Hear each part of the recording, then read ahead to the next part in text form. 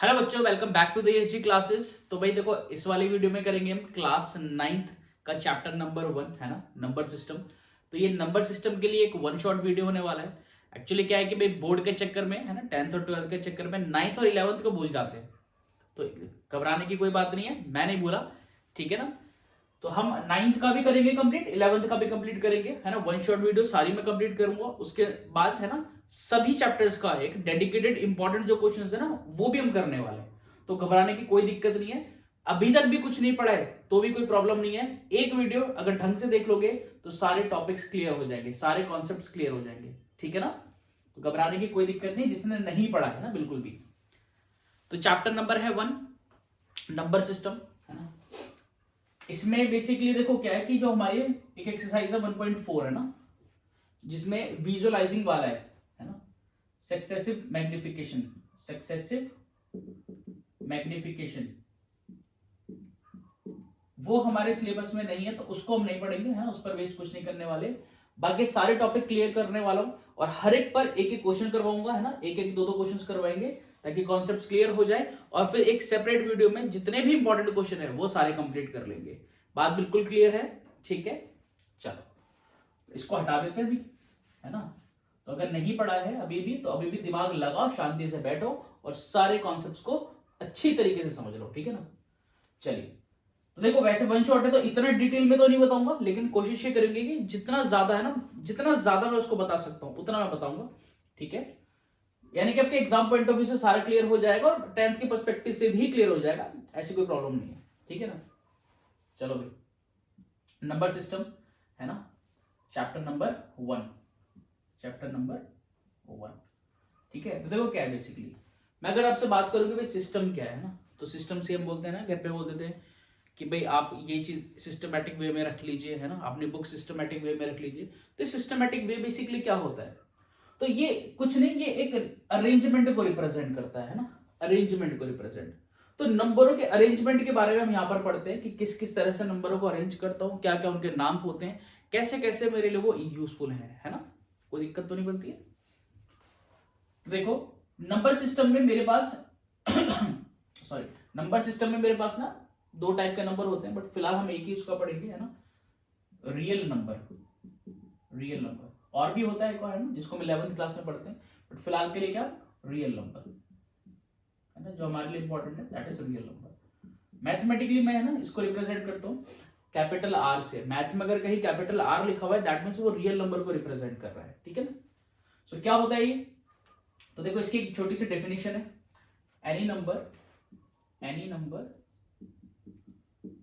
that can be represented, that can be represented on the number line। कोई भी number जो number line पर represent किया जा सकता है वो नंबर क्या कहलाया जाता है, वो एक रियल नंबर कहलाया जाता है ना। तो भाई ये नंबर लाइन क्या वाला है ना। तो नंबर लाइन बेसिकली कोई ना कोई कहीं ना कहीं तो रहता ही है ना। अगर हम दुनिया में है तो कोई ना कोई तो मेरी क्या है, जगह है ना रहने की। तो बेसिकली वही जहां पर नंबर एग्जिस्ट कर रहे हैं ना, उसको हम क्या बोलते हैं, नंबर लाइन। इस तरीके से बनती है, इस तरह से। ये मेरे पास जीरो हो गया, जीरो के राइट में पॉजिटिव वैल्यूज, जीरो के लेफ्ट में नेगेटिव वैल्यूज, और अप टू इनफाइनाइट तक चली जाती है दोनों साइड में, ठीक है ना। अगर मैं इनके बीच में देखूं ना, इसके बीच में बहुत सारे छोटे छोटे बहुत सारे इनफाइनाइट नंबर्स होते हैं ना, तो इनफाइनाइट नंबर्स होते हैं। क्लियर है बात बिल्कुल। तो रियल नंबर आर से रिप्रेजेंट करते हैं, ऐसा कोई भी नंबर जो नंबर लाइन पर रिप्रेजेंट किया जा सकता है वो एक रियल नंबर है। अगर मैं आपसे बात बोलूं कि आपके दिमाग में फिलहाल कोई नंबर आ रहा है, वो सारे रियल नंबर है। डिफरेंट टाइप का नंबर हम 11th क्लास में पढ़ते हैं, ठीक है ना।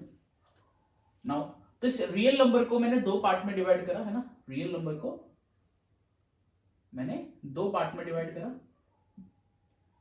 एक को कहा मैंने रैशनल नंबर, एक को कहा मैंने रैशनल नंबर, और एक को कहा मैंने इररेशनल नंबर, ठीक है ना। एक को कहा हमने रैशनल नंबर और एक को कहा हमने इररेशनल नंबर, ठीक है ना। रैशनल नंबर को मैं क्यू से रिप्रेजेंट करता हूं और इररेशनल नंबर को मैं टी से रिप्रेजेंट करता हूं। ये आपके एग्जाम में नहीं आएगा, बस मैंने बता दिया है ना। रिप्रेजेंट करने का एक तरीका हो गया ना, नोटेशन। तो देखो रैशनल नंबर की भी डेफिनेशन है ना, any number that can be represented, वही रटा है ना बुक्स में, any number that can be represented in the form of p by q, where p and q are integers, ये भी हम पढ़ेंगे है ना, p and q are integers and q is not equals to 0। ये कह रहे हैं कि भाई p और q इंटीजर्स होने चाहिए, इंटीजर्स के बारे में बात करेंगे। q मतलब देखो p न्यूमरेटर है, q डिनोमिनेटर है, तो किसी भी नंबर का डिनोमिनेटर 0 नहीं होना चाहिए। किसी भी नंबर के है ना नीचे अगर 0 है तो वो नॉट डिफाइंड टर्म होती है, उसको मैं पता नहीं लगा सकता। ठीक है, एग्जाम्पल लेके बता देता हूं है ना, एग्जाम्पल लिया मैंने, जैसे मैंने बोला 5/4, ये क्या होगा, एक रैशनल नंबर होगा। ठीक है, चल ये ना रैशनल नंबर, तो जो इररेशनल नंबर है वो क्या, ये जस्ट इसका अपोजिट है ना, any number that can not be represented in the form p by q है ना, where p and q are integers। देखो p by q में इंटीजर्स नहीं होने चाहिए ना, और q is not equals to 0। ठीक है, ये बेसिकली क्या है, यहां पर दोनों इंटीजर्स होते हैं, यहां पर एटलीस्ट एक इंटीजर नहीं होना चाहिए। बात समझ में आ रही है, तो उसको कहते हैं इररेशनल नंबर। ठीक है, चलो तो रियल नंबर ऐसे नंबर जो नंबर लाइन पर आ सकते हैं। रियल नंबर को दो पार्ट में डिवाइड करा, रैशनल और इररेशनल नंबर। रैशनल नंबर ऐसे नंबर जो p बाय q की फॉर्म में रिप्रेजेंट किए जा सकते हैं, जिसमें डिनोमिनेटर 0 नहीं होता। इररेशनल नंबर ऐसा नंबर जो p बाय q की फॉर्म में रिप्रेजेंट नहीं हो सकते, और p और q में से कोई एक इंटीजर नहीं होगा। ठीक है ना, देखो p बाय q की फॉर्म में तो होते हैं ना, ऐसा नहीं है, बस इनमें से कोई एक इंटीजर नहीं होता। समझ रहे हो, डिटेल में और बात करेंगे आगे इस पर। ना बात करते हैं भी रैशनल नंबर को, तो इसको भी मैं फर्दर अगर बात करूं है ना, तो इसको भी दो तरह से मैंने डिवाइड करा है ना, डिवाइड मतलब क्लासिफिकेशन है ना। तो एक हुआ डेसिमल नंबर और एक हुआ नॉन डेसिमल नंबर है ना। तो यहां पर भी इररेशनल में भी दो तरह से होते हैं है ना, एक होता है डेसिमल और एक होता है नॉन डेसिमल। ठीक है, चलो तो देखो डेसिमल नंबर है ना, डेसिमल नंबर ऐसे नंबर जो पॉइंट में है ना, पॉइंट लिखा होता है, पॉइंट में हो जिसमें। तो देखो अगर मैं आपसे बोलूं कि कोई भी नंबर आप पॉइंट में लिखकर बताइए, तो ऐसे केवल 3 वे हैं, ऐसी केवल 3 वेज होती है कि कोई भी नंबर पॉइंट में लिखा जा सकता है, केवल 3 तरह से लिखा जा सकता है। तो कौन कौन सी है, डेसिमल में मेरे पास है ना, पहले आता है सबसे पहले टर्मिनेटिंग नंबर। ठीक है, टर्मिनेटिंग ऐसा नंबर जो कंप्लीटली डिवाइड हो जाता है, पॉइंट में होगा बट डिवाइड हो जाएगा। फॉर एग्जांपल मैंने कहा 17 को डिवाइड कर दीजिए 2 से, तो ये 2 से जाएगा 8 टाइम्स, 2 8s are 16, माइनस करा 1, मैं यही छोड़ देता हूं, रिमाइंडर लिख देता हूं। लेकिन अगर मैं कहूं कि इसको आगे भी सॉल्व करो है ना, तो क्या होगा, मैंने पॉइंट लिया और पॉइंट से एक 0 इधर वैल्यू आ गई। अब मैं क्या करूंगा, 5 times 2 5s are 10, reminder is 0।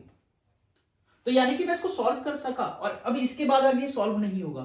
तो ऐसा नंबर क्या होगा जो कंप्लीटली डिवाइड हो जाए, भले ही पॉइंट में हो, ऐसे नंबर को टर्मिनेटिंग नंबर कहते हैं। ठीक है ना, एग्जांपल ले लेता हूं, मैंने बोला 6.125, तो देखो कैसे पता था टर्मिनेटिंग है, 5 के आगे कुछ और नहीं लिखा हुआ भाई, इसके आगे कुछ और नहीं लिखा हुआ, तो ये यहीं पर खत्म हो चुका है, दैट मींस ये एक टर्मिनेटिंग नंबर कंसीडर किया जाएगा।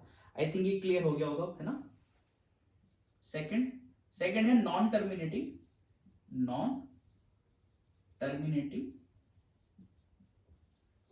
And repeating. ठीक है ना, इसी को कहीं कहीं पर हम रीअकरिंग भी कह देते हैं ना, रीअकरिंग या फिर रैकरिंग है ना, रीअकरिंग या फिर रैकरिंग।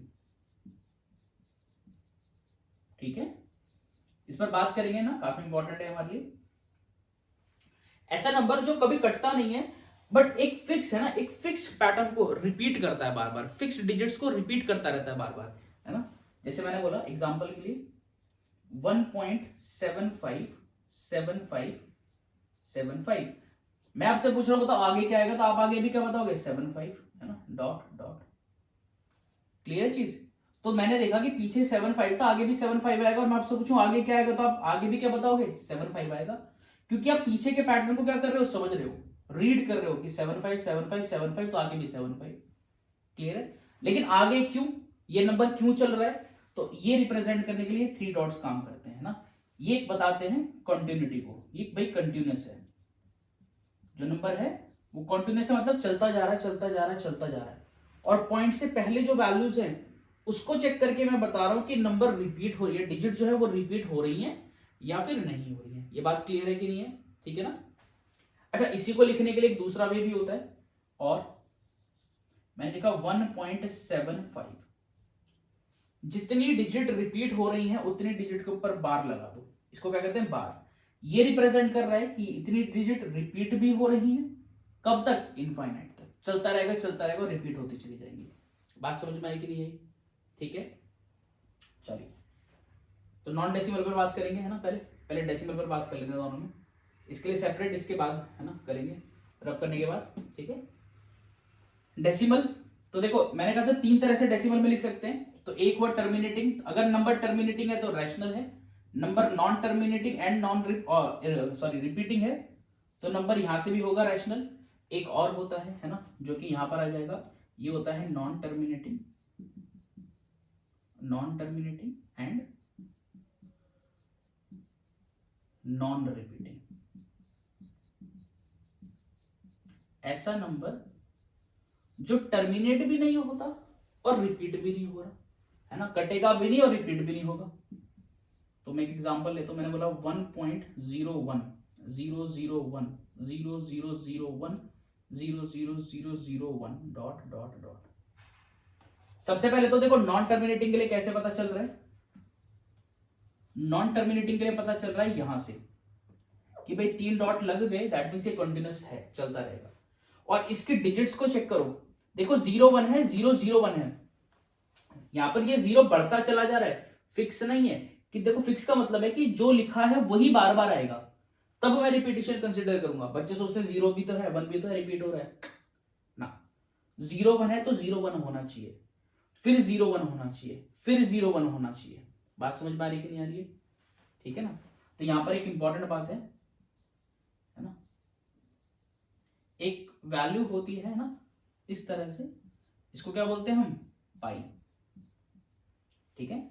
एक सर्कल की सर्कमफ्रेंस और उसके डायमीटर का रेशियो होता है ये, तो इसकी वैल्यू है ना अप्रोक्स हम यूज कर लेते हैं 22/7 और 3.14। लेकिन ये दोनों वैल्यूज बच्चों अप्रोक्स होती है ना, एग्जैक्ट वैल्यूज नहीं है, तो ये एक इररेशनल नंबर होता है ना। पाई क्या है, एक इररेशनल नंबर है, एग्जांपल लिख लो इसका, आ जाता है एग्जाम में, ठीक है ना। पाई क्या है, पाई एक इररेशनल नंबर है, ये दिखने में ऐसा लगता है रैशनल है, देखो देखने में लग रहा है टर्मिनेटिंग है, देखने में लग रहा है फ्रैक्शन में लिखा हुआ है, तो ये तो रैशनल होना चाहिए ना। ये दोनों ही वैल्यूज अप्रोक्स वैल्यूज होती हैं, ये क्लियर है बिल्कुल, ठीक है। चलो, नॉन डेसिमल का इररेशनल का बता देते हैं, है ना, इसका नॉन डेसिमल सेपरेट कराएंगे, इसके बाद जगह नहीं होगी।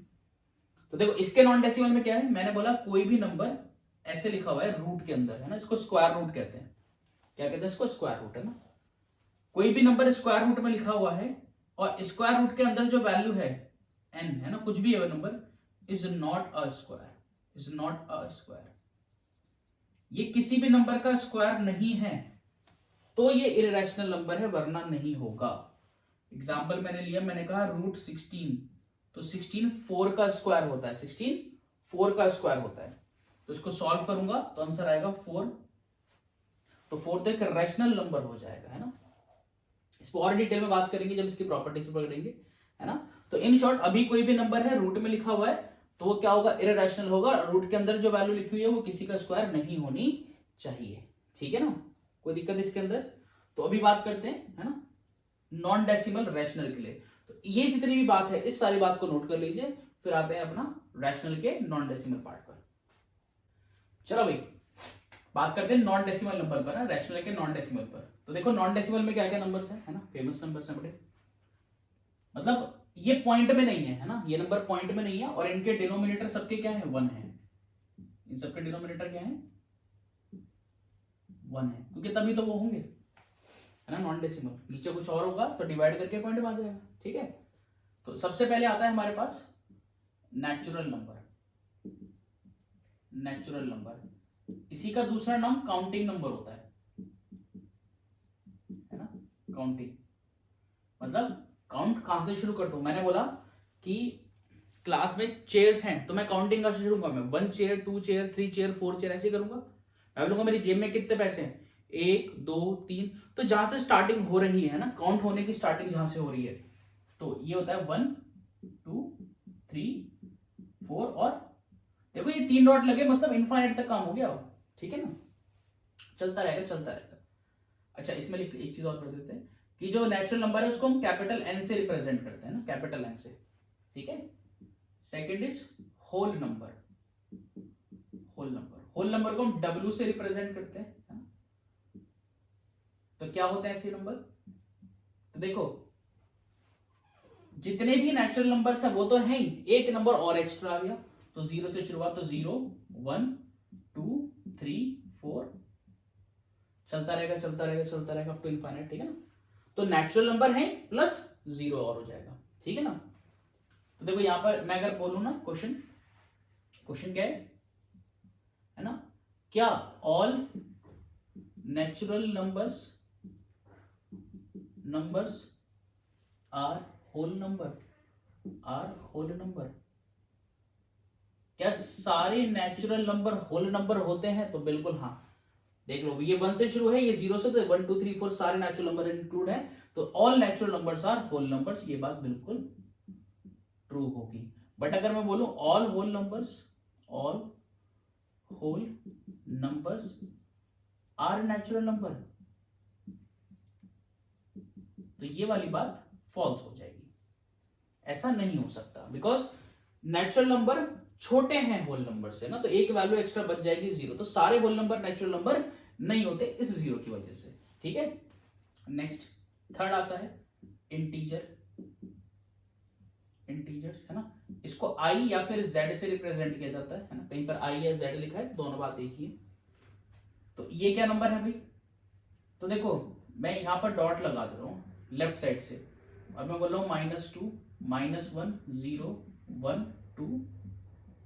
देखो लेफ्ट में 3 डॉट का मतलब है कि माइनस में नेगेटिव की तरफ जा रहा हूं, -2 है -3 है -4 है, चलता रहेगा, और इधर लगा दिया तो प्लस में चलता रहेगा।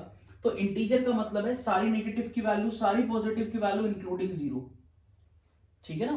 तो 0 को इंक्लूड करके सारी नेगेटिव पॉजिटिव बता दीजिए, ऐड कर दीजिए, जितनी भी सबको, है ना, जितने भी नंबर हैं चाहे नेगेटिव के हैं सारे पॉजिटिव के हैं प्लस 0, वो सारे नंबर इंटीजर में होंगे, वो सारे नंबर किस में काउंट होंगे, इंटीजर में काउंट होंगे, ठीक है। क्लियर है चीज।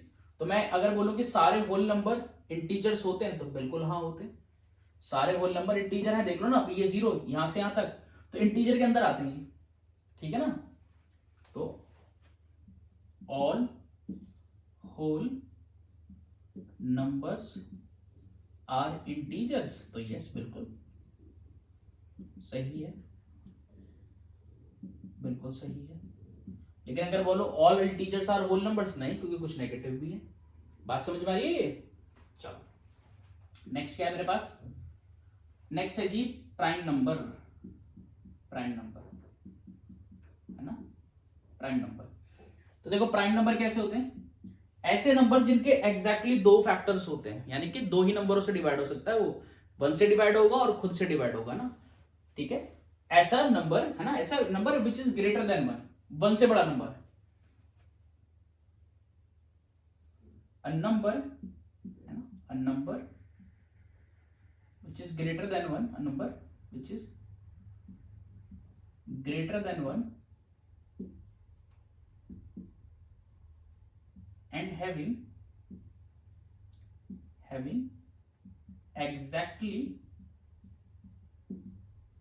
2 factors 1 and itself, है ना। शॉर्ट में बोलूं तो ऐसा नंबर जो केवल 2 ही नंबरों से डिविजिबल हो, है ना, 1 से हो और खुद से होना चाहिए, ठीक है ना। 1 से क्यों नहीं, बिकॉज 1 के केवल एक ही फैक्टर है, वो 1 है, तो 1 नहीं होगा। 1 से कोई भी बड़ा नंबर है ना, 1 से कोई भी बड़ा नंबर जिसके एग्जैक्टली 2 फैक्टर्स होते हैं, उस 2 फैक्टर में भी क्या बात है, उनमें से एक फैक्टर 1 होना चाहिए, एक फैक्टर वो खुद एक नंबर होना चाहिए, वही वाला। बात समझ में आ रही है। तो देखो इसी बात को ना, इसी कंडीशन को फॉलो करता है स्मॉलेस्ट प्राइम नंबर की मैं बात करूंगा। स्मॉलेस्ट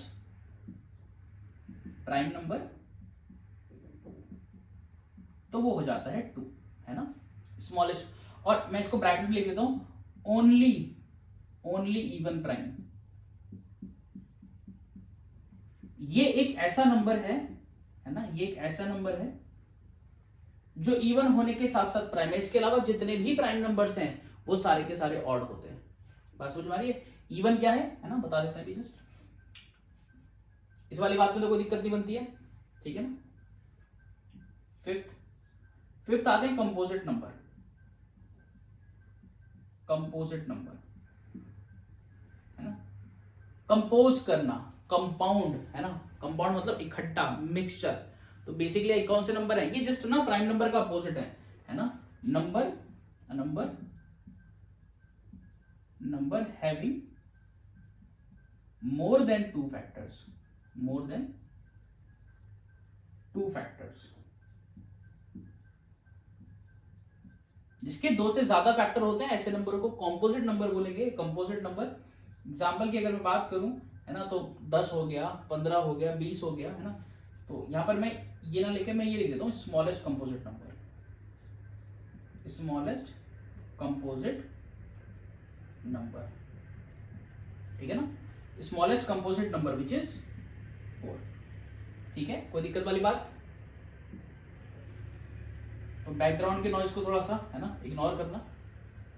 वैसे सुबह हो रही है ना, सुबह हो रही है, सुबह 5 बजे वीडियो बना रहा हूँ भाई मैं, ठीक है ना। तो थोड़ा सा ध्यान रख लेना है, जिस भी बच्चे को रिक्वायरमेंट है उसको फॉरवर्ड कर देनी है, ठीक है ना। चलिए, कोई दिक्कत वाली बात इसमें। नेक्स्ट 6 पर आते हैं, है ना।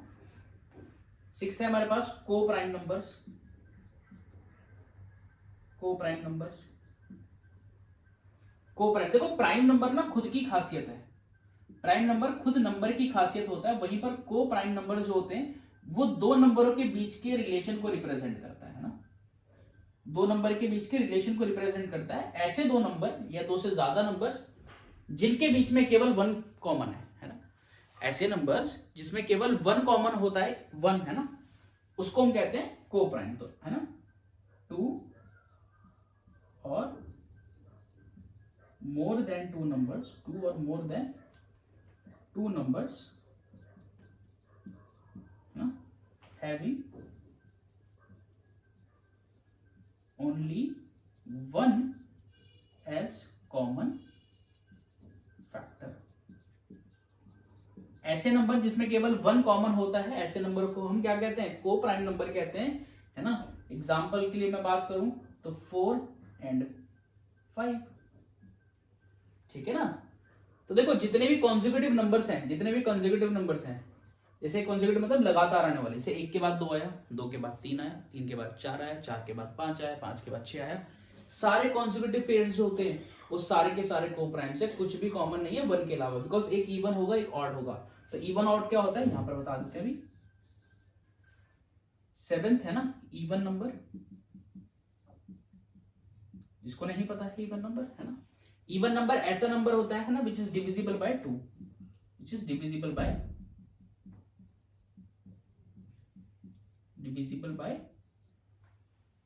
स्पेलिंग खतरनाक लिख दिया मैंने, डिविजिबल बाय 2 है ना। Any number which is divisible by 2 है ना is known as even number, ठीक है ना। Next odd number, odd number है ना।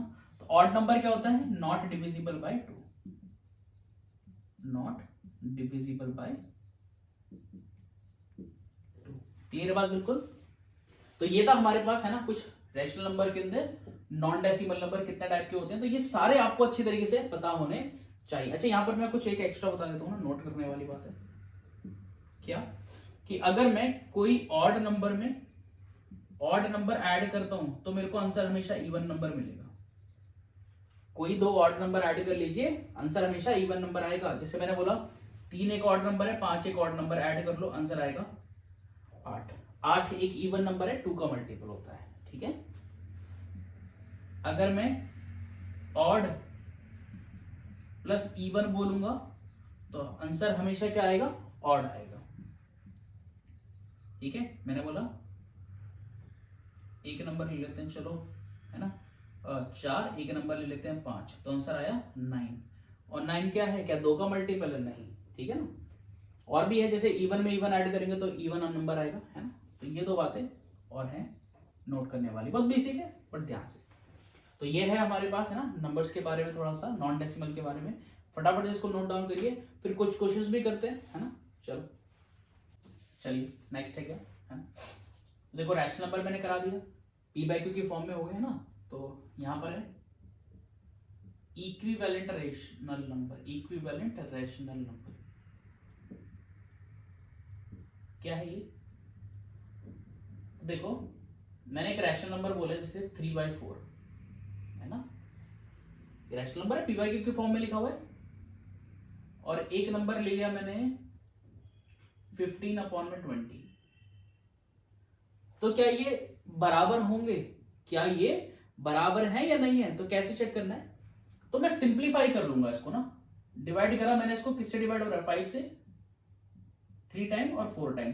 तो देखो डिवीजन करने के बाद जो सिंपलेस्ट फॉर्म है वो दोनों की इक्वल है, तो ऐसे रेशियो को इक्विवेलेंट, ऐसे रैशनल नंबर को इक्विवेलेंट रैशनल नंबर कहा जाएगा। यानी कि डिवाइड करके चेक कर लूंगा पहले, ठीक है ना,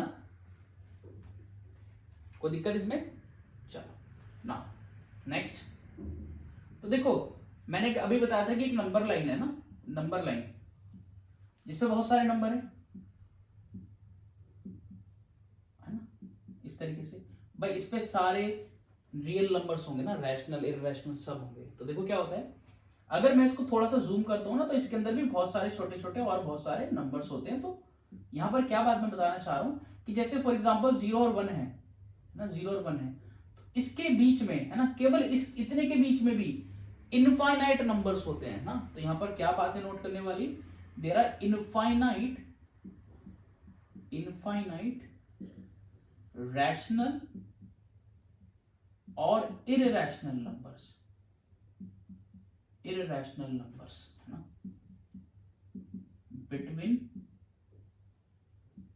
एनी, नीचे लिख देते हैं, चलो उधर कुछ और लिख देंगे, बिटवीन एनी 2 नंबर्स। कोई भी 2 नंबर ले लीजिए जो आपकी इच्छा है, उनके बीच में इनफाइनाइट ही रैशनल नंबर होते हैं और इनफाइनाइट ही इररेशनल नंबर्स होते हैं। बात समझ में आ रही है। तो जो हमारा पहला क्वेश्चन होता है ना, जो हमारा पहला क्वेश्चन है वो इसी पर होता है ना, कि 2 नंबर दे दिए, उनके बीच में इररेशनल और रैशनल नंबर ढूंढकर बताइए, ठीक है ना। तो एक क्वेश्चन मैंने बोला पहले, तो क्या is zero is a rational number, is zero is a rational number, क्या ये एक रैशनल नंबर होता है, क्या ये एक रैशनल नंबर होता है। तो हाँ, जीरो क्या है, देखो वैसे तो अगर मैं बोलूंगा सीधा सीधा, जीरो क्या है, जीरो एक इंटीजर है, जीरो एक इंटीजर है, बताया ना। और इंटीजर किसका पार्ट होता है, रैशनल नंबर का होता है, ठीक है। नाउ अगर मैं इसको दूसरे तरीके से बोलूं कि रैशनल नंबर की डेफिनेशन क्या थी, any number that can be represented in the form of P by Q. तो देखो कोई भी नंबर ऐसे लिखा हुआ है ना, तो उसके डिनोमिनेटर में हमेशा 1 होगा। तो क्या ये पी बाई क्यू की फॉर्म नहीं है, तो हाँ पी बाई क्यू की फॉर्म है। क्या पी और क्यू दोनों इंटीजर्स नहीं है, हाँ इंटीजर है, 0 और 1। क्या डिनोमिनेटर 0 है, नहीं है बिल्कुल। तो हाँ ये सारी डेफिनेशन को फुलफिल करता है, तो ये एक रैशनल नंबर होगा। बात समझ में आई कि नहीं है, क्लियर है कि नहीं भाई, है ना।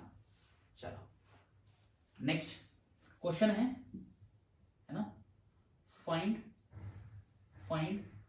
5 rational numbers, find 5 rational numbers between 7 and 8। 7 और 8 के बीच में 5 रैशनल नंबर्स आपको ढूंढ कर बताने हैं, ठीक है। तो देखो डिफरेंट तरीके से मैं ढूंढ सकता हूं, है ना। और अगर मैं दिमाग में लगाऊं थोड़ा सा, तो 7 और 8 के बीच में मैं कोई भी नंबर बोल सकता हूँ जिस जो टर्मिनेटिंग फॉर्म में हो या नॉन टर्मिनेटिंग रिपीटिंग फॉर्म में हो, है ना। लेकिन इसको मैं वैसे बता देता हूँ, है ना, जैसे ज्यादातर स्कूल में बता देते हैं, तो उस तरीके से ताकि मार्क्स मिल सके आपको। ठीक है, देखो 9th में और 11th में यही प्रॉब्लम है, ठीक है ना। सबसे बड़ी क्या कि जो एग्जाम होता है वो स्कूल ले रहा है, तो स्कूल चाहेगा कि भाई जिस तरीके से वो करा रहे हैं उसी तरीके से बच्चा उस क्वेश्चन को करे, है ना। बोर्ड में ये चीजें नहीं चलती हैं, बोर्ड में आपको बस सॉल्यूशन सही तरीके से करना है, ठीक है ना। बात समझ में आ रही है। तो फिर भी इसलिए मैं बता रहा हूँ कि आप कोशिश ये करिए कि स्कूल के पर्सपेक्टिव से थोड़ा सा कर लें। नॉलेज अपनी जगह है, प्रेजेंटेशन अपनी जगह है, ठीक है। तो देखो कैसे, हमने कहा ठीक है भाई 4 और 5, 7 और 8 के बीच में बताना है। तो देखो वैसे तो आप कुछ जितने रैशनल नंबर चाहिए, जितने भी आपको रैशनल नंबर चाहिए, है ना, उसमें +1 कर दो। जैसे 5 चाहिए, +1 कर दिया, 6 हो गया ना। आप वैसे भी कर सकते हो, नहीं तो आप कैलकुलेशन को थोड़ा सा सिंप्लीफाई कर सकते हो। मैंने क्या करा है, 7 है, ठीक है, और 8 है, इन दोनों को मैंने 10 से मल्टीप्लाई कर दिया और 10 से डिवाइड कर दिया। इससे कैलकुलेशन थोड़ी सी इजी रहती है। बस 10 से मल्टीप्लाई कर, देखो सेम वैल्यू से मल्टीप्लाई डिवाइड करने से इम्पैक्ट नहीं पड़ता कभी भी, क्योंकि 10 से 10 काटूंगा, है तो ये 7 अभी भी। नाउ 7 इंटू 10 कितना हो जाएगा, 70 अपॉन में 10। 8 इंटू 10 80 अपॉन, देखो अभी भी है तो ये भाई 0 से 0 हटा दीजिए ना, है ना। बेसिकली देखो 0 से 0 हटता नहीं, एक चीज और बता देता हूँ ना, बहुत इंपॉर्टेंट बात है। जैसे मैं करता हूँ, है ना, 100 अपॉन में 10। हम नॉर्मली जनरली हम बोल देते हैं कि 0 से 0 कैंसिल हो गया, बट ये 0 से 0 कभी भी कैंसिल नहीं होता, ठीक है ना। कभी 0 से 0 कैंसिल नहीं होता। नहीं तो मैं अगर इस बात को मैं 0 से 0 कैंसिल बोल रहा हूं, तो मुझे तो ये भी बोलना चाहिए, ये भी तो 0 है, 0 से 0 कैंसिल करके 1 लिख देना चाहिए, है ना भाई। बट एक गलत बात है, ये नहीं होगा, ये बिल्कुल गलत है। एक्चुअली में मैं 0 से 0 कैंसिल नहीं कर रहा होता। 100 का मतलब है 10 इंटू 10 और नीचे है 10, तो मैं 10 से 10 कैंसिल कर रहा होता हूं, ठीक है ना। तो ऊपर आया 10। तो अपनी बस कैलकुलेशन की स्पीड बढ़ाने के लिए मैं बोल देता हूं 0 से 0 कैंसिल कर दिया, लेकिन इसका वो मतलब बिल्कुल भी नहीं होता है। ये बात अच्छे से पता होनी चाहिए, ठीक है ना। चलो, तो मैंने क्या कहा, देखो अभी आया ना 70 और, देखो बेस दोनों का सेम है, डिनोमिनेटर सेम है, और 70 और 80, अब 70 और 80 है, इनके बीच में कितने नंबर्स हैं लिख दो। तो इनके बीच में अगर मैं आपको ये बोलूं कि भाई 71 आ रहा है, 72 आ रहा है, 73 आ रहा है, 74 आ रहा है, 75, मुझे 5 ही नंबर चाहिए थे, ये रख दिए मैंने। सबके डिनोमिनेटर में 10 था, दोनों के तो 10। ये हो गया एक वे जो कि स्कूलों में करवाया जाता है, नहीं तो मैं डायरेक्ट भी बोल सकता हूं 7.1 7.2 करके ले लीजिए। ये बात समझ में आई। तो दोबारा बताता हूं, डिनोमिनेटर है ना, डिनोमिनेटर सेम होना चाहिए। पहले तो डिनोमिनेटर क्या होना चाहिए, सेम होना चाहिए, ठीक है। उसके बाद इनके बीच की जो वैल्यूज हैं वो बस यहां पर आप मेंशन कर दो, ठीक है, कोई दिक्कत। चलो एक और करते हैं, है ना, एक और क्वेश्चन करते हैं इस पर भी। मैंने बोला, है ना, जिसमें डिनोमिनेटर सेम नहीं है वो वाला करते हैं। मैंने बोला एक है ना 3/4 है और 2/3 है, 3/4 है और 2/3 है, इनके बीच के रैशनल नंबर्स ढूंढ के बता दीजिए 5, है ना। मैंने ठीक है भाई, सबसे पहला काम होगा, है ना, सबसे पहला काम होगा इन दोनों के डिनोमिनेटर को सेम बनाना। 4 और 3 यहां पर सेम वैल्यू होनी चाहिए, तो इनका एलसीएम ही होगा वो। 4 और 3 का एलसीएम होगा 12, इसके नीचे भी 12 होगा और इसके नीचे, याद समझ लो, इनके भी ऐसा नंबर जो दोनों के लिए काम करता है, तो दोनों के लिए वैलिड है, इसका मतलब उनका एलसीएम की बात कर रहे हैं, है ना, दोनों के मल्टीपल में जो नंबर है। तो एलसीएम 4 और 3 का 12 हो गया। तो मैंने क्या करा, 12 बनाना है। 12 कैसे बनेगा, मल्टीप्लाई करा 3 से, भाई डिनोमिनेटर मल्टीप्लाई करूंगा, न्यूमिनेटर करना पड़ेगा, दोनों करने पड़ेंगे, तो जाएगा 9/12। समझ में आ रही है बात। इसको सॉल्व करूंगा, इसको सॉल्व करूंगा, तो 2/3, नीचे 12 बनाने के लिए 4 करना पड़ेगा, तो ऊपर भी 4 मल्टीप्लाई करना पड़ेगा, सो दिस विल बी 8/12, ठीक है ना। तो देखो ये वाला नंबर, अब ये पता लगा ये नंबर छोटा है, नंबर बड़ा, इनके बीच के 5 नंबर चाहिए मेरे को ना, तो मैंने डिनोमिनेटर को सेम बनाया। अब सेम चीज क्या कर दिया मैंने, न्यूमिनेटर डिनोमिनेटर में 10 10 मल्टीप्लाई कर दो, तो नाउ 8/12, 10 ऊपर मल्टीप्लाई 10 नीचे मल्टीप्लाई, दिस विल बी 80/120, ठीक है, समझ आ रही बात। एंड 9/12, इसमें भी 10 मल्टीप्लाई ऊपर नीचे भी, तो दिस विल बी 90 अपॉन में 120। अब भैया इनके बीच के नंबर लिख दीजिए 80 और 90 के बीच में, है ना। सो क्या हो जाएंगे, देयरफॉर रिक्वायर्ड नंबर्स आर 81, 82, 83, 84, 85, सबके डिनोमिनेटर में 120, 120, 120, 120 एंड 120। बात समझ में आई कि नहीं है, ये क्लियर है। तो ये है हमारे पास ना, तो फर्स्ट एक्सरसाइज में इसी पर कुछ बेस क्वेश्चंस थे हमारे पास, तो ये वही क्वेश्चंस है। तो इन क्वेश्चंस को नोट कर लो, उसके बाद रिप्रेजेंटेशन के क्वेश्चन करेंगे। तो फटाफट से ना ये नोट करके, कंपास लेके नहीं बैठे हो तो फटाफट से कंपास स्केल लेकर बैठ जाओ, ठीक है ना। चलो नोट करो उसको। चलो, locating an irrational number on a number line, ठीक है। तो देखो दो टाइप से इरेशनल नंबर मेरे को नंबर लाइन पर लोकेट करने के लिए आएंगे, ठीक है ना। एक तो रूट में होंगे, दोनों ही रूट में, है ना, दोनों स्क्वायर रूट में होंगे, इरेशनल स्क्वायर रूट में होंगे, बट एक में पॉइंट होगा, यानी कि एक डेसिमल फॉर्म में होगा और एक नॉन डेसिमल फॉर्म में होगा ना। तो देखो जैसे मैंने बोला है ना, रिप्रेजेंट √2, है ना, मुझे क्या प्रूफ करना, प्लॉट करना है √2 on a number line, √2 on number line, है ना। पहली बात को समझो, देखो ये जो वैल्यू है ये किसके लिए, ये वो है जो नॉन डेसिमल है ना। ये जो वैल्यू होती है ना, इस पर फोकस करना है। ये ना एक राइट एंगल ट्राइंगल की हाइपोटेन्यूज बनती है हमेशा, है ना, समझते हैं। मैंने बोला एक राइट एंगल ट्राइंगल है इसे, तो ये जो वैल्यू है वो यहां पर होगी, है ना। अब इस बनाएंगे ना तो थोड़ा क्लियर हो जाएगा। तो देखो कैसे है ये, मुझे √2 बनाना है, तो देखो कैसे ब्रेक करा मैंने, ये हाइपोटेनस है। और अगर आपको नहीं पता तो मैं बता देता हूं ना, कि राइट एंगल ट्रायंगल की खासियत होती है ना, ये जो है इसको बेस कहा जाता है, इसको परपेंडिकुलर बी से रिप्रेजेंट करो, दिस इज हाइपोटेनस एच से रिप्रेजेंट कर रहा हूं, है ना, ये बी से रिप्रेजेंट कर देते हैं। राइट एंगल ट्रायंगल में ये बेस है, ये परपेंडिकुलर और ये हाइपोटेनस होती है। इन तीनों का एक रिलेशन होता है कि hypotenuse square is equal to perpendicular square plus base square होता है। इसका जो स्क्वायर है सबसे बड़ी साइड का, वो perpendicular square plus base square होता है। तो देखो अगर हाइपोटेनस निकालनी है तो ये स्क्वायर दूसरी तरफ जाएगा तो वो रूट हो जाएगा, तो P square plus B square का रूट होता है ये, ठीक है ना, ये चीज, ठीक है। तो देखो अगर मुझे ये वैल्यू √2 चाहिए, है ना, यानी कि जो h है वो किसके इक्वल है, वो √2 के बराबर है।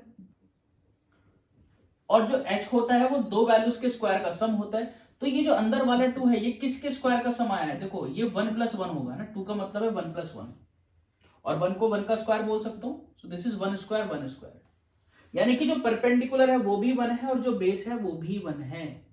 बात समझ में आ रही है कि नहीं है। तो देखो अगर मेरे पास √2 है ना, तो बेस 1 होना चाहिए और परपेंडिकुलर 1 होना चाहिए, तभी ये √2 बनेगा। आपको यहां थोड़ा ज्यादा फोकस करना है। ये वैल्यू हाइपोटेनस है, ठीक है, तो इसको √2 बनाने के लिए परपेंडिकुलर 1 हो गया और बेस क्या हो गया, 1 हो गया। बात समझ में आ रही है, ठीक है। अब बनेगा कैसे, देखो ध्यान से, तो इसको नोट कर लो, है ना, इसको नोट कर लो, मैं रब कर रहा हूं, इसकी काम है नहीं। चलिए देखो कैसे बनेगा। मैंने बोला ये नंबर लाइन है, सीधी बन रही है ना, ये रहा 0, ये रहा 1, ये रहा 2, ठीक है, ये रहा -1, ठीक है। मैंने क्या करा, मैंने 0 से लेकर 1 तक मार्किंग यहां पर कर ली, भाई ये वाली मेजरमेंट ले ली, ठीक है। मैंने क्या कहा, भाई ये देखो ना ध्यान से, ये जो √2 है ना, ये √2 इसका मतलब है 1 + 1, और इस बात का क्या मतलब है, इस बात का मतलब है 1 का स्क्वायर प्लस 1 का स्क्वायर। आपको इस पर फोकस करना है, इन दोनों वैल्यूज पर, है ना। तो देखो ये मान लीजिए परपेंडिकुलर है और ये मान लीजिए बेस है, तो परपेंडिकुलर 1 और बेस भी हो गया 1, तो बेस रहा ये 1, यहां से यहां तक का डिस्टेंस है। अब आपको यहां पर क्या करना है, इस पॉइंट पर एक 90 डिग्री का एंगल फॉर्म करना है। प्रोट्रैक्टर से नहीं बना लेना है, ठीक है ना, कंपास से बनाना है। तो देखो कैसे बनेगा, कंपास मैंने यहां रखा और मैंने पेन या फिर पेंसिल अपने ऐसे मार्क करी, एक आर्क लगाई, है ना, मूव नहीं करवाना है, इस पॉइंट पर आया, एक आर्क लगाई, ये एंगल 60 डिग्री का होगा, फिर इस पर आया एक और आर्क लगाई, ये एंगल 120 डिग्री का हो गया।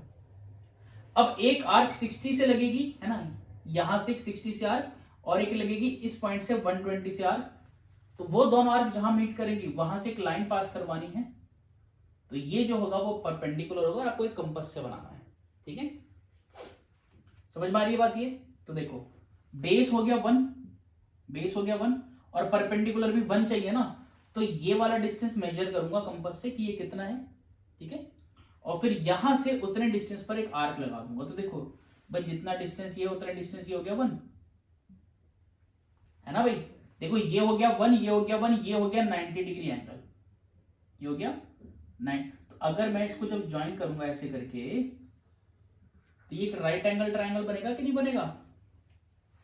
राइट एंगल ट्रायंगल बन गया। ये 1 है, ये 1 है, तो अगर मैं पाइथागोरस लगाऊंगा तो पहुंचूंगा तो इसी वाली बात पर, तो ये वाला जो डिस्टेंस आएगा दिस विल बी √2। समझ में आ रही बात? ये हो गया √2। अब ध्यान देना, बहुत इंपॉर्टेंट बात है, मैं अगर ऐसे डिस्टेंस मेजर करता हूं और ऐसे घुमाता हूं तो एक सर्कल बनेगा, है ना भाई। डिस्टेंस मेजर किया और ऐसे मैंने मूव करा दिया तो एक सर्कल बन गया। और अगर मैं ये डिस्टेंस चेक करूंगा, ये सारे डिस्टेंस सेम होंगे, इनको रेडियस बोलते हैं, और रेडियस की सर्कल, और सर्कल की रेडियस हमेशा सेम होती है। यहां पर वही कॉन्सेप्ट लगेगा, है ना।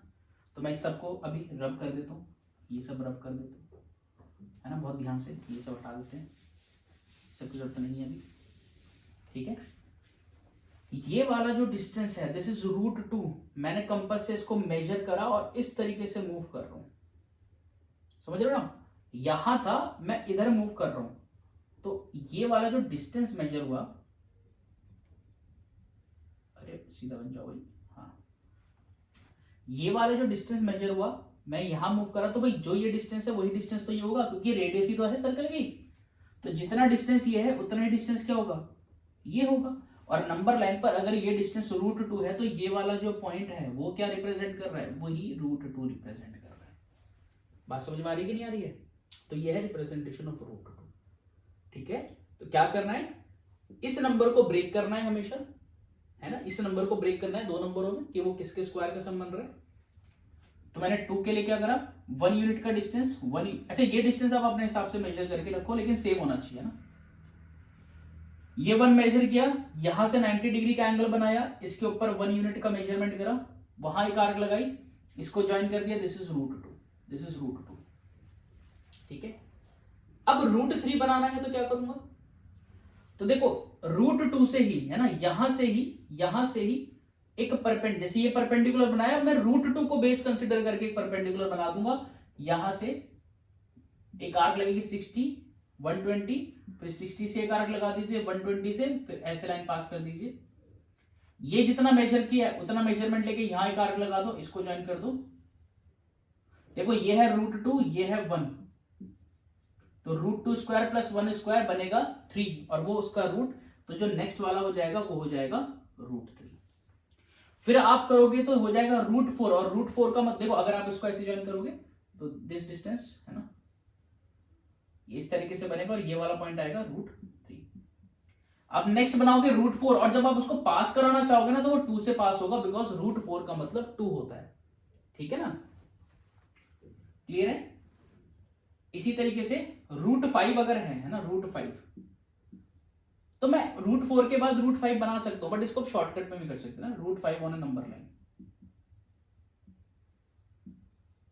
है ना। मैं ये बता रहा हूं, बनाएंगे आप खुद से, है ना, बनाएंगे खुद से। क्या करना है, देखो जैसे ये √5 है, तो ये हाइपोटेन्यूज हुई, आप इसको ब्रेक कर लो 1 1, है ना, प्लस जो नंबर बनेगा 4, एक नंबर 1 निकाल लो तो बाकी बचा 4। ये नंबर देखो स्क्वायर है, तो ये 1 + 2 यानी 1 स्क्वायर प्लस 2 स्क्वायर है, तो आप बेस 2 कंसीडर करके बना लो बस, है ना। जैसे यहां मैंने 1 लिया, तो आप यहां पर क्या, आप एक एक करके मत बनाओ, 0 से लेकर 2 तक का डिस्टेंस मेजर कर लो, और एक 1 यूनिट का परपेंडिकुलर बना लो, ज्वाइन कर लो, तो जो डिस्टेंस मेजर होगा दैट विल बी √5। ठीक है ना, तो ये ट्राई करना। बाकी जो सेपरेट क्वेश्चंस होंगे उसमें मैं इनको क्लियर कर दूंगा, और ना बात समझ में आई कि नहीं आई, तो इस वाली बात को नोट कर लो फटाफट से। ठीक है, तो देखो ये था नॉन डेसिमल वाला, ये था नॉन डेसिमल वाला। एक होता है सेकंड केस, इसमें उसमें सबका प्रोसीजर सेम है ना, सबका प्रोसीजर। मैंने कहा represent root 9.3 on a number line, root 9.3 on a number line, ठीक है। तो इसमें क्या करना है, क्या डेसिमल वाला, इसमें क्या करना है, जितना ये डिस्टेंस दिया हुआ है ना, वो आप बना लीजिए। जैसे 9.3 दे रखा है तो आप 9.3 मेजर कर लीजिएगा, 9.3 बना दिया। This distance is what, 9.3 centimetre, ठीक है ना। जहां पर ये एंड हुआ है वहां से एक 1 सेंटीमीटर एक्सटेंड कर देना, है ना। अब आप बोलोगे भाई डायरेक्ट ही बना दिया, काम है उसका ना, इसकी प्रूविंग भी होती है, बट फिलहाल इसकी प्रूविंग की रिक्वायरमेंट हमको नहीं है, तो हम डायरेक्ट कर लेंगे, कोई दिक्कत नहीं है ना। टोटल डिस्टेंस दिया वो बना लिया, फिर 1 सेंटीमीटर एक्स्ट्रा कर दिया। इसको मार्किंग दे दी, ए है, इसको कह दिया बी है, this is C. Now draw the perpendicular bisector of AC. AC का परपेंडिकुलर बाइसेक्टर बनाएंगे ना, ए सी का। तो कैसे बनता है, कंपास यहाँ रखा, हाफ से ज्यादा डिस्टेंस लिया, एक आर्क है ना, इस लेंथ का हाफ से ज्यादा डिस्टेंस लिया, एक आर्क ऊपर लगाई, एक आर्क नीचे लगाई। दूसरी जगह पर आ गया, दूसरे एंड पॉइंट पर एक आर्क ऊपर लगेगी, एक आर्क नीचे लगेगी, है ना। तो इस तरीके से ये लाइन पास होगी, एंड ये जो लाइन होगी वो क्या होगी, वो परपेंडिकुलर बाइसेक्टर होगी इस एसी का। सपोज कर लीजिए ये पॉइंट ओ हो गया। ये जो पॉइंट है इसको सेंटर कंसीडर कर लो, ए तक का डिस्टेंस ले लो, चाहे तो सी तक का डिस्टेंस। आप इस तरीके से एक सेमी सर्कल ड्रॉ कर लीजिएगा, ठीक है ना। देखो इसलिए बताया था ये पॉइंट की जरूरत है, क्योंकि ये वाला जो पॉइंट है यहां से परपेंडिकुलर बना लीजिए। क्या करिए, परपेंडिकुलर, है ना। तो परपेंडिकुलर यहां सीख लिया हमने, कंपास यहां रखा, मार्किंग करी, एक आर्क लगाई, यहां से एक 60 की आर्क लगेगी, फिर 60 से एक और लगाऊंगा तो 120 की, फिर 60 से एक लगेगी आर्क, फिर 120 से एक आर्क लगेगी। तो ये जो लाइन पास होगी, this line will be perpendicular to AC. ये तो पहले भी सीखा हमने 8th क्लास में, परपेंडिकुलर बनाना। अब ये वाला जो बच्चों डिस्टेंस है ना, दिस डिस्टेंस, इसको मेजर कर लो, कंपास यहां रखो, इसको मेजर करो और इस तरीके से एक सर्कल बनाओ, ठीक है ना। इसको आगे बढ़ा देंगे तो ये जिस पॉइंट पर इसको कट करेगा ये वही पॉइंट होगा जितना डिस्टेंस ये है, यानी कि यही वाली जो वैल्यू है दिस विल बी रूट 9.3 हमेशा, ठीक है ना। इसकी प्रूविंग भी होती है बट अभी हमारे लिए रिक्वायर्ड नहीं है। तो ये वाला जो डिस्टेंस होता है ना, ये वाला, ये डिस्टेंस वही डिस्टेंस होता है जो हमको मेंशन कर रखा है। तो पॉइंट में जो भी है वो सारे के सारे ऐसे होंगे कि जो डिस्टेंस है वो बना लो, 1 सेंटीमीटर एक्सटेंड कर दीजिए, फिर उसका परपेंडिकुलर बाइसेक्टर बनाओ, इसको सेंटर कंसीडर करके सेमी सर्कल बनाओ, यहां जिस पॉइंट से एक्सटेंड किया वहां 90 डिग्री बनाओ, जहां वो मीट करेगा उस डिस्टेंस को मेजर करके एक आर्क बनाओ, जहां नंबर लाइन को मीट करेगी वही पॉइंट ये वाला पॉइंट होगा। क्लियर है बात। तो ये दो कॉन्सेप्ट है हमारे नंबर लाइन पर बनाने वाले, ठीक है ना। तो इनको नोट कर लो, फिर दोबारा से कॉन्सेप्ट्स पर आते हैं और कुछ क्वेश्चंस करते हैं। चलो बच्चों, दो क्वेश्चन लिखे हैं ना यहाँ पर मैंने। क्वेश्चन क्या है, कह रहे square root of all positive integers irrational number. कह रहे हैं आप कोई भी पॉजिटिव नंबर ले लो, है ना, और उसका आप स्क्वायर रूट करोगे तो क्या इररेशनल होगा। देखो मैंने आपको कराया ना अभी कि कोई भी एनी नंबर है वो स्क्वायर रूट में, इसको क्या बोलते हैं, स्क्वायर रूट, है ना, तो वो एक इररेशनल नंबर होगा। बट क्या हमेशा होगा, मैंने एक कंडीशन बताई थी क्या, कि when n is not a square, n is not a square, ये स्क्वायर नहीं होना चाहिए किसी का यहां पर, है ना। जैसे मैंने लिखा रूट 25, तो 25 5 का स्क्वायर होगा, दैट मीन इसको सॉल्व करूंगा, देखो 5 का स्क्वायर होता है 25, तो इसी का उल्टा क्या होगा कि 25 का जो रूट होगा वो होगा 5। बात समझ में आ रही है। तो रूट के अंदर कोई भी वैल्यू स्क्वायर नहीं होनी चाहिए, ठीक है, तो वो इररेशनल होगा, बट ऐसा हमेशा नहीं होगा, तो ये वाली बात फॉल्स हो जाएगी। हमेशा तो नहीं होगा ऐसा, है ना, हमेशा नहीं होगा ऐसा। अगर रूट के अंदर का नंबर एक स्क्वायर नहीं है तो होगा, वरना नहीं, ठीक है। चलिए, कह रहे हैं डेसिमल एक्सपेंशन ऑफ √2, तो √2 क्या हुआ, देखो ये किसी का स्क्वायर नहीं है तो ये इररेशनल नंबर हुआ, ये क्या हो गया, इररेशनल नंबर। और मैंने आपको बताया था इररेशनल नंबर के डेसिमल एक्सपेंशन कैसे लिखते हैं मैं उसको, नॉन टर्मिनेटिंग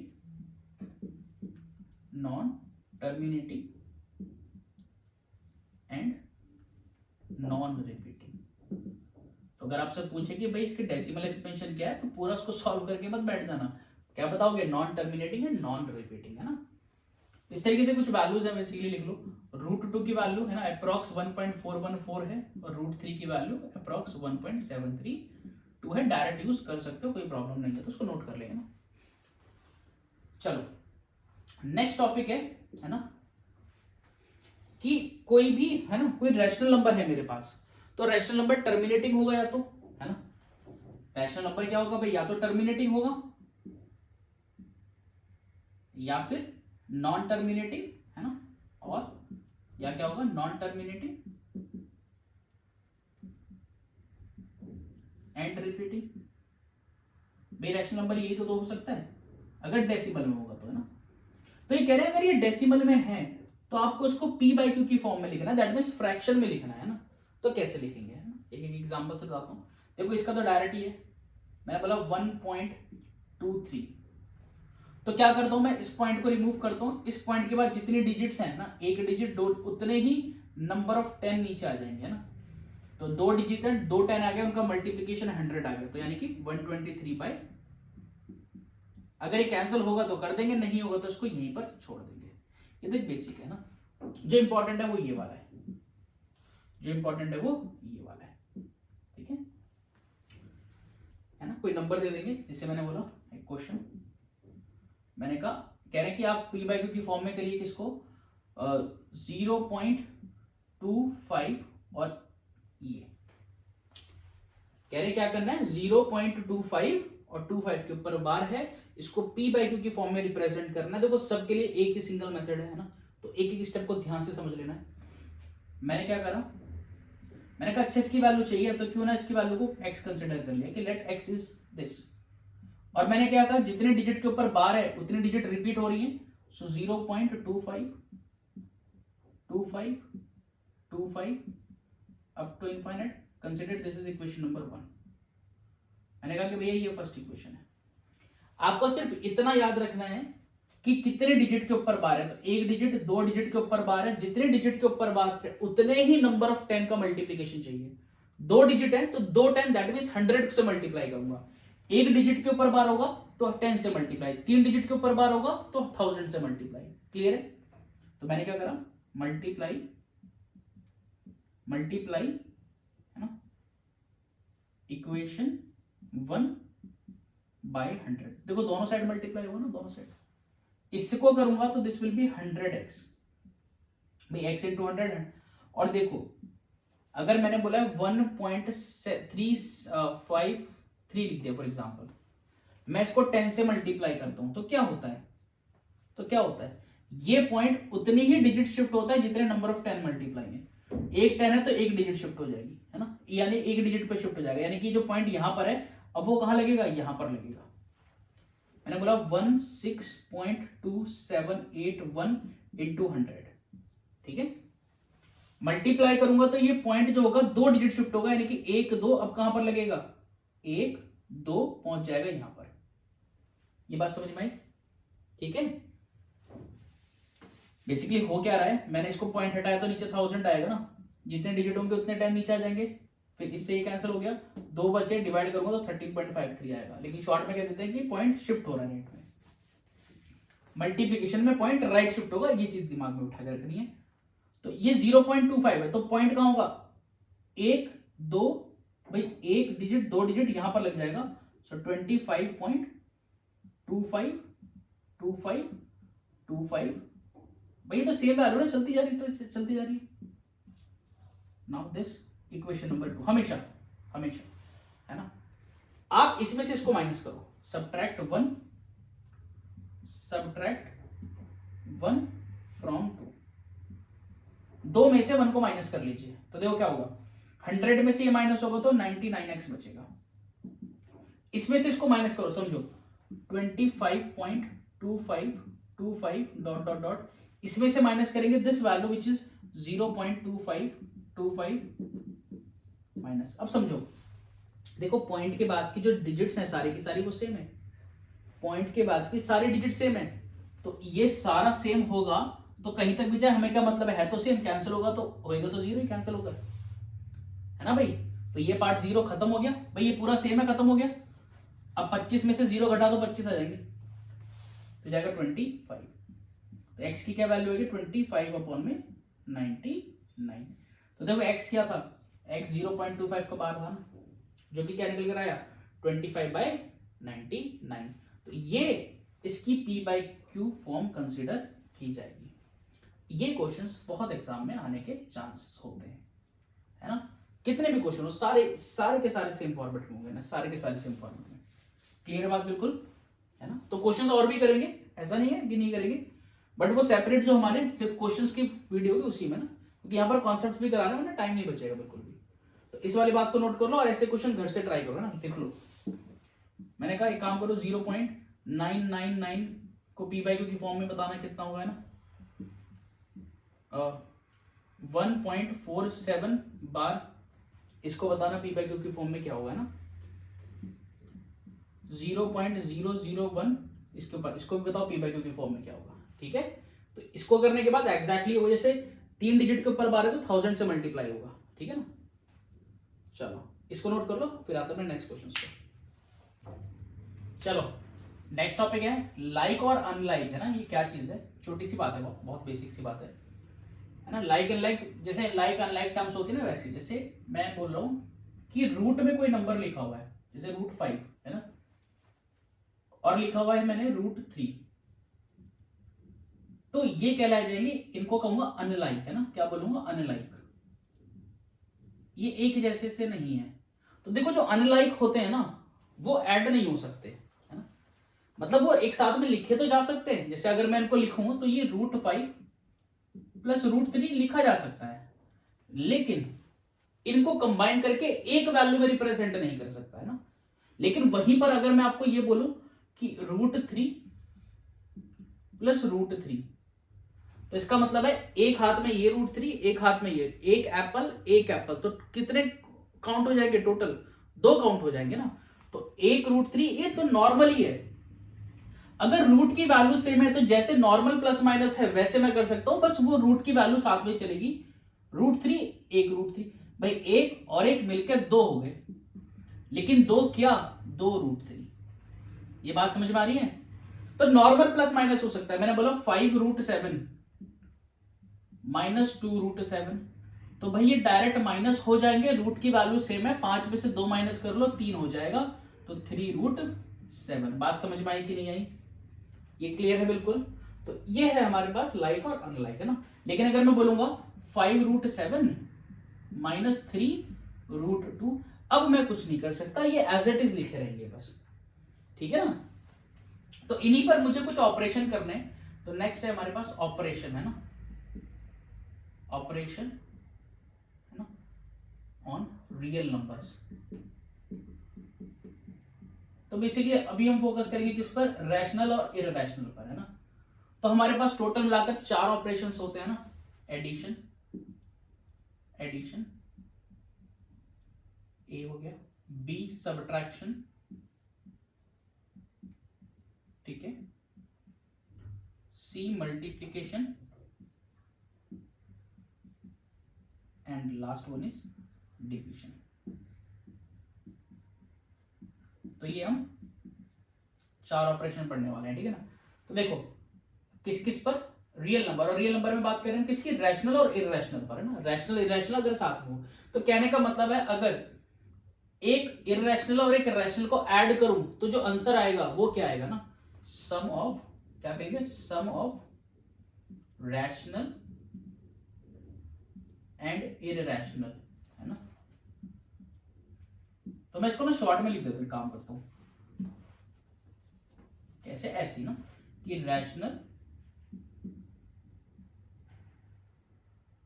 या फिर और भी चले काम करते हैं और छोटा कर देते हैं, टाइम बचाना है। ऑपरेशन और रियल नंबर्स है, तो यहीं पर ही मैंने क्या मेंशन कर दिया ना, है ना, क्या, रैशनल एंड इररैशनल। तो ये जो बात चल रही है एडिशन, ये कह रही है कि रैशनल और एक रैशनल एक इररैशनल को ऐड करूं तो जो आंसर आएगा मैं डायरेक्ट वो आंसर ही लिख देता हूं, तो वो हमेशा इररैशनल नंबर आता है। ये चीजें आपको याद रखनी है। कोई एक रैशनल एक इरेशनल एग्जांपल अगर मैंने लिया है ना, मैंने बोला 5 एक रैशनल है, √3 एक इरेशनल है, तो ये पूरा एक नंबर इरेशनल कहलाया जाएगा। ठीक है। सब्ट्रैक्शन की बात करें तो रैशनल और इरेशनल का सब्ट्रैक्शन भी इरेशनल ही आता है।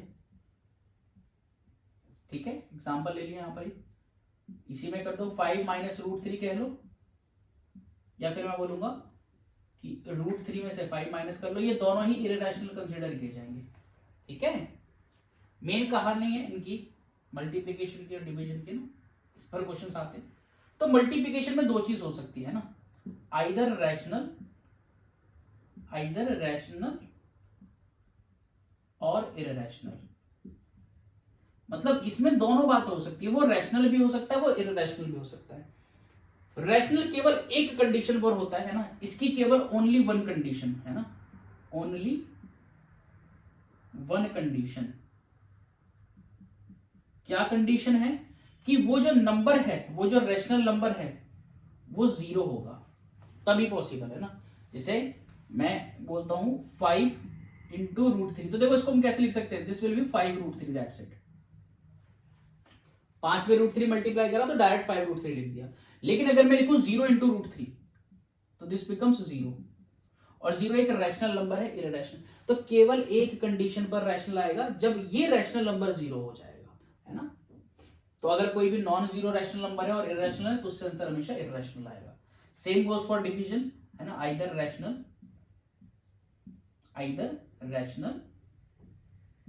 और इरेशनल। ठीक है ना, आइदर रैशनल और इरेशनल नंबर। ठीक है, एग्जांपल लेते हूं, जैसे मैं देखो मैंने लिखा 10 √15 डिवाइडेड बाय 2 √15। तो देखो रूट की वैल्यूज कैंसिल की जा सकती है आराम से ना, रूट से रूट कैंसिल हो गया, 2 से कैंसिल हो गया, 5 आ गया, तो ये तो एक रैशनल नंबर हो गया, है ना। क्लियर है बात बिल्कुल, कोई दिक्कत इसके अंदर? सॉरी माय मिस्टेक, है ना, ये मैंने दोनों ही रैशनल ले लिया ना, दोनों ही रैशनल, हम तो रैशनल इरेशनल की बात कर रहे हैं। तो मैं ऐसे बोलता हूं कि 0 √5 है ना डिनोमिनेटर में, तो इसका आंसर कितना आएगा, 0, है ना। 0 एक रैशनल नंबर है, डिवाइडेड बाय इरेशनल, तो एक रैशनल नंबर आया। इसके अलावा कोई भी और नंबर लिख दीजिए, आंसर हमेशा इरेशनल आने वाला है ना।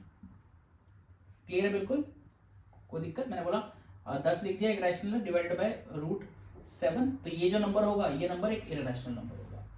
तो रैशनल आने के लिए क्या कंडीशन है कि जो न्यूमरेटर है वो 0 हो जाए, है ना। बात समझ में आई है? तो ये 4 ऑपरेशंस है मेरे पास ना, ये 4 ऑपरेशन है। क्लियर है, कोई दिक्कत? इसी में मैं एक दो चीज और करा देता हूं, उसके बाद फिर क्वेश्चंस पर आते हैं कुछ, है ना, कि अगर मैं रैशनल और रैशनल करूं तो रैशनल और रैशनल, है ना, रूट का मल्टीप्लिकेशन बता देता हूं बेसिकली मैं। अगर मैंने बोला 2 √3 इंटू 4 √2, तो आप कैसे मल्टीप्लाई करोगे? रूट के नंबर को रूट में मल्टीप्लाई कर दीजिए, रैशनल को रैशनल में कर दीजिए, तो 2 इंटू 4 हो जाएगा 8, रूट लगा रहेगा, वैल्यू मल्टीप्लाई जाएगी, 3 इंटू 2 हो जाएगा 6, लेकिन वो रहेगा रूट में। ये है मल्टीप्लिकेशन, है ना। अगर मैं लिखता हूं √3 इंटू 2 √3, तो देखो यहां 1 है ना, इसके आगे 1 है ना, तो 1 में 2 मल्टीप्लाई होगा, 2 हो जाएगा, इंटू रूट की वैल्यू रूट में, तो √3 इंटू √3, याद रखना सेम रूट की वैल्यू मल्टीप्लाई होगा। अगर मैं बोलूं √n इंटू √n, रूट के अंदर दोनों वैल्यू सेम है, तो आंसर जो होगा वो रूट की जो वैल्यू होगी, है ना, अंदर की, वही वैल्यू मेरा आंसर आ जाएगा। तो यानी कि √3 इंटू √3, तो मेरा आंसर 3 आएगा, सो दिस बिकम्स 6। ये कुछ बातें हैं जो अच्छी तरीके से याद रखनी है, ठीक है ना। क्लियर है बिल्कुल? तो ये है हमारे पास ना कुछ इसका ऑपरेशंस। इसके बाद हमारे पास नेक्स्ट टॉपिक आता है, दैट इज रैशनलाइजेशन, और बहुत इंपॉर्टेंट टॉपिक है। और उसके बाद आता है लॉ ऑफ एक्सपोनेंट। तो 2 ही टॉपिक रह रहे हैं, तो इसको नोट कर लो फटाफट से। चलो यहाँ कुछ बेसिक से कुछ क्वेश्चन लिखे ना मैंने यहाँ पर। क्या मैंने बोला 2 √3 प्लस √3, तो देखो मैंने क्या बताया कि रूट की वैल्यूज अगर सेम है तो नॉर्मल प्लस माइनस होगा। ये 2 √3 है, ये 1 √3 है, 2 एप्पल, 1 एप्पल, टोटल 3 एप्पल है, दैट मींस 3 √3 बन जाएगा। ठीक है, प्रोडक्ट में कोई फर्क नहीं पड़ता, प्रोडक्ट सबका हो जाता है, चाहे लाइक है चाहे नहीं है। तो मैंने इनको मल्टीप्लाई करा तो √150 आएगा, है ना। लेकिन आप इसको ऐसे नहीं छोड़ सकते, समझो। रूट के अंदर कोई भी वैल्यू है ना, 8th में पढ़ा है स्क्वायर और स्क्वायर रूट, रूट के अंदर कोई भी वैल्यू अगर पेयर में, फॉर एग्जांपल रूट में ऐसे लिखा है 2 इंटू 2 इंटू 3, तो ये 2 पेयर में, ये 2 पेयर है, ये बाहर आ जाएगा और एक वैल्यू रह जाएगी जो पेयर में नहीं है, वो रूट के अंदर ही रह जाएगा। तो इसको ऐसे लिख सकता हूं 2√3। तो यहां भी ऐसे ही करूंगा ना, यहां भी ऐसे ही करूंगा। तो देखो इसके अगर फैक्टर करूंगा, बेसिकली मैं डायरेक्ट भी कर सकता था, लेकिन इसको मल्टीप्लीकेशन समझानी थी, तो मैंने कहा 150 किससे डिवाइड हो जाएगा, 5 से 30 टाइम्स, फिर 5 से जाएगा 6 टाइम्स, फिर 2 से जाएगा 3 टाइम्स, फिर 3 से जाएगा 1, यानी कि इसको लिख सकता हूं 5 इंटू 5 इंटू 2 इंटू 3। जो बन गया पेयर वो आ गया बाहर, जो बन गया पेयर वो आ गया बाहर, तो 5 का पेयर बाहर आ गया, वैल्यू बन गई 5। जो पेयर नहीं है उसको अंदर पड़ा रहने देंगे, 2 इंटू 3 6। सो इसका आंसर ये आएगा। ठीक है, ये कुछ बात है, ठीक है ना। चलिए next topic, important topic about that is rationalisation.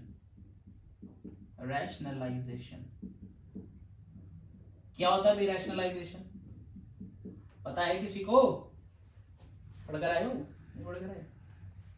तो देखो रैशनलाइजेशन बेसिकली क्या होता है कि रैशनल बनाना, है ना, रैशनल बनाना। अब रैशनल किसको बनाएंगे? जो इररेशनल है। तो बेसिकली क्या होती है, ट्रांसफॉर्मेशन है ना, कहां से? Irrational to rational. किसी भी इररेशनल नंबर को क्या बना देना, एक रैशनल में कन्वर्ट कर देना ही रैशनलाइजेशन कहलाया जाता है। ठीक है, तो भाई रैशनल नंबर, सॉरी रैशनल है ना, इररेशनल मतलब रूट का नंबर, तो रूट हटाना है मेरे को बेसिकली। मैंने बोला √3 क्या है, रैशनल, तो इसका रूट अगर हटा दिया मैंने तो ये 3 बन जाएगा, और 3 क्या हो गया, एक रैशनल नंबर हो गया। तो मुझे रूट हटाना होता है यहाँ पर ना, और कुछ नहीं है। तो देखो बड़ा ही इजी है, और एग्जाम में क्वेश्चन आएगा ही आएगा इसके ऊपर। पहले मैं आपको बात करता हूं ना, मैंने कोई नंबर लिखा 1/√3। अब देखो रैशनलाइजेशन बेसिकली ज्यादातर क्वेश्चंस के लिए डिनोमिनेटर में आएगा, बट जरूरी नहीं डिनोमिनेटर हो, न्यूमरेटर में भी हो सकता है ना। तो फिलहाल बात हम डिनोमिनेटर की करते हैं। कह रहे हैं कि भाई इसके डिनोमिनेटर को रैशनलाइज कर लो, मतलब क्या है, डिनोमिनेटर से रूट भगा दो। तो कैसे भागेगा? मैंने अभी एक चीज बताई छोटी सी, कि अगर रूट में कोई नंबर है और उसी के रूट को मल्टीप्लाई कर दो, सेम वैल्यूज है ना, रूट की सेम वैल्यूज मल्टीप्लाई होंगी, तो जो ये अंदर लिखा हुआ है वही मेरा आंसर होगा। इसको ऐसे लिख दो, या फिर आप लिख दो कि कोई भी नंबर रूट का है, उसके ऊपर स्क्वायर लगा हुआ है, तो भी मेरा आंसर वही, रूट की वैल्यू जो है वो अंदर वाली वही आएगी, है ना। तो मुझे पता है कि अगर यही वैल्यू मैं दो इसी में मल्टीप्लाई करूं काम हो जाएगा। तो मैथ कहती है भाई एक तरफ नहीं कर सकते, दोनों तरफ करना पड़ेगा। तो मैंने न्यूमरेटर में भी सेम वैल्यू को मल्टीप्लाई कर दिया, डिनोमिनेटर में भी कर दिया। बात समझ में आई? तो देखो इससे क्या होगा फायदा, √3 इंटू 1 हो जाएगा √3, और √3 इंटू √3 हो जाएगा 3। तो देखो जो पहले रूट की वैल्यू थी, अब डिनोमिनेटर में रूट नहीं, ऊपर क्या है मुझे उससे कुछ मतलब नहीं है, मुझे किसको रैशनलाइज करना था, डिनोमिनेटर को।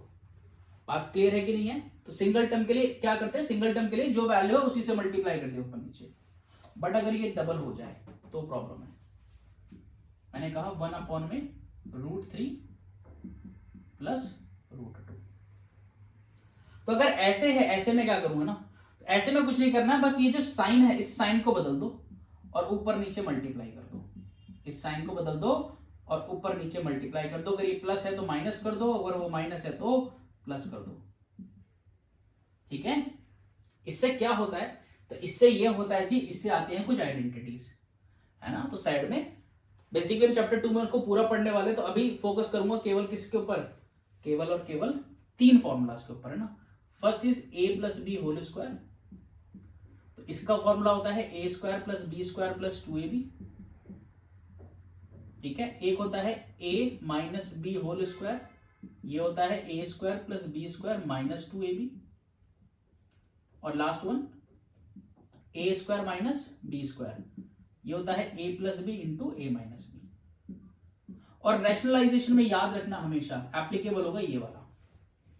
देखो ध्यान से, अगर मैं इनको मल्टीप्लाई करता हूं, दोनों की फर्स्ट वैल्यू सेम है, दोनों की सेकंड वैल्यू सेम है। फर्स्ट सेम है, सेकंड सेम है, केवल साइन का चेंज है, ये प्लस है तो ये माइनस। देखो first sem, second same, plus और माइनस, अगर ये फॉर्मेट है तो आंसर आएगा फर्स्ट वैल्यू का स्क्वायर माइनस सेकंड का स्क्वायर। तो यहाँ पर फर्स्ट है √3, सेकंड है √2, ऊपर जो है होने दो, तो √3 माइनस √2, √3 माइनस √2, ठीक है। और डिनोमिनेटर क्या होगा भाई, √3 का स्क्वायर माइनस √2 का स्क्वायर। और मैंने अभी बताया रूट के ऊपर स्क्वायर है तो जो अंदर की वैल्यू वही आंसर आएगा, तो जाएगा √3 माइनस √2, इसका स्क्वायर करूंगा 3, इसका स्क्वायर करूंगा 2, so final answer will be √3 minus √2, because 3 minus 2 1 होगा, नीचे लिखने की रिक्वायरमेंट नहीं है, मूड है तो लिख दो बट जरूरत नहीं होगी, ठीक है ना। तो ये है हमारे पास रैशनलाइजेशन, हमेशा इस फॉर्मेट में ही करना है मेरे को ना, इसी फॉर्मेट में करना है, ठीक है। तो इस पर क्वेश्चन ना थोड़े बड़े बड़े आते हैं, ऐसा नहीं कि भाई छोटे ऐसे क्वेश्चन आएंगे, थोड़े से बड़े बड़े क्वेश्चन आएंगे, है ना। लेकिन करने के लिए अभी फिलहाल के लिए कॉन्सेप्ट के लिए ये काम कर जाएगा। एक क्वेश्चन और कर देते हैं, चलो इसी पर। मैंने बोला 1 में √7 है ना प्लस √6, तो इसको क्या करूंगा, सेम ही तो चीज है भाई, सेम ही तो चीज है। तो क्या करा मैंने मल्टीप्लाई कर दिया √7 माइनस √6 से, और नीचे भी √7 माइनस √6 से, ऊपर वैल्यू सीधी सीधी एज इट इज होगी, मल्टीप्लाई √7 माइनस √6, नीचे a plus b a minus B, तो ये जाएगा √7 का स्क्वायर माइनस √6 का स्क्वायर। आइडेंटिटी जरूर मेंशन करना, एग्जाम में मार्क्स कटेंगे। तो ये हो जाएगा √7 माइनस √6, 7, √7 का स्क्वायर 7, √6 का स्क्वायर 6, 7 माइनस 6 1। बात समझ में आ रही है। तो ये कुछ बेसिक चीजें, जिससे कॉन्सेप्ट क्लियर हो जा रहे हैं आपके ना। तो इसके आप क्वेश्चंस भी करेंगे, ऐसा नहीं है ना, क्वेश्चंस भी करेंगे। बस लास्ट टॉपिक रह रहा हमारा लॉ ऑफ एक्सपोनेंट, है ना, उसकी सारी आइडेंटिटी बता के कुछ क्वेश्चंस करते हैं, फिर अपना क्लोज करते हैं इसको, ठीक है। इसको नोट कर लो फटाफट। चलो बच्चों, लास्ट टॉपिक है एक्सपोनेंट, है ना, एक्सपोनेंट। तो बस यही टॉपिक बच रहा, क्लोज उसके बाद। तो क्या है बेसिकली, है ना, मैंने लिखा एक वैल्यू a, है ना, ब्रैकेट लगाया, उसके ऊपर लिख दिया b, ठीक है। तो ये जो a है इसको कहते हैं बेस, है ना, और ये जो है इसको कहते हैं पावर, ठीक है। और ये जो पूरी वैल्यू, सॉरी, ये जो है इसको कहते हैं एक्सपोनेंट, ठीक है, एक्सपोनेंट। और ये जो पूरी वैल्यू है ना, ये यानी कि ये जो है इसको कहेंगे पावर, है ना। तो पावर एक्सपोनेंट अलग, अच्छा इसको इंडेक्स भी कह देते हैं, ठीक है। इस बात का मतलब है कि ये जो बेस है इतनी टाइम्स मल्टीप्लाई हो रहा है, तो हम इसको बोलते हैं a raise to the power b, है ना। यानी कि अगर मैं आपको बोलूं कि 2 और 3 ऐसे लिखा है, इसको बोलूंगा 2 रेज टू द पावर 3, इस बात का मतलब है कि 2 मल्टीप्लाई हो रहा है खुद से 3 टाइम्स, ठीक है ना। तो पावर ये नहीं, ये एक्सपोनेंट होगा, लेकिन जनरली हम बोल देते हैं कि 2 की पावर 3, है ना। तो 2 की पावर 3 का मतलब है कि 2 3 टाइम्स मल्टीप्लाई हो रहा है। बात समझ में आ रही है। तो इसी पर ना कुछ लॉज है हमारे पास, इसी के लिए कुछ लॉज है हमारे पास, वो लॉ हमको बस पढ़ने अच्छे से। तो वी हैव 7 लॉज, है ना। फर्स्ट, है ना, इनको कहेंगे law of exponents, loss of exponents, बहुत इंपॉर्टेंट है, और ये आगे भी काम आता रहेगा, ये तो आगे काम ही आता रहेगा जब तक मैथ है ना। फर्स्ट मैंने बोला a raise to the power m into a raise to the power n is what, a raise to the power m plus n। मतलब क्या है, कह रहे हैं कि भाई अगर बेस सेम है और मल्टीप्लाई हो रहा है तो पावर ऐड हो जाती है ना। मैं एग्जांपल लेता हूं, मैंने बोला 2 raise to the power 3 into 2 raise to the power 2, ठीक है। तो बेस सेम है तो इनकी पावर ऐड हो जाएंगे 3 प्लस 2, यानी कि आंसर कितना आएगा 5। बात समझ में आ रही है। नेक्स्ट मैं लिखूंगा a raise to the power m, है ना, divided by a raise to the power n। Base same है, डिवीजन हो रहा है तो पावर माइनस हो जाती है, तो a raise to the power m minus n, ठीक है। एग्जाम्पल अगर लिया 2 raise to the power 5 divided by 2 raise to the power 2, दोनों का बेस सेम है, 2 लिख दिया, माइनस कर दी पावर 5 माइनस 2, तो आंसर आएगा 2 raise to the power 3 which is 8, ठीक है ना। तो ये कॉन्सेप्ट अच्छे से याद होने चाहिए आपको, थोड़ा प्रैक्टिस से क्लियर होते हैं लेकिन, है ना। तो जितने ज्यादा क्वेश्चन इसके करेंगे। इसके बाद a raise to the power m multiplied by b raise to the power n is a into b raise to the power n। बात को समझो, है ना, इसमें बेस सेम था, है ना, हाईलाइट कर देता हूं, ये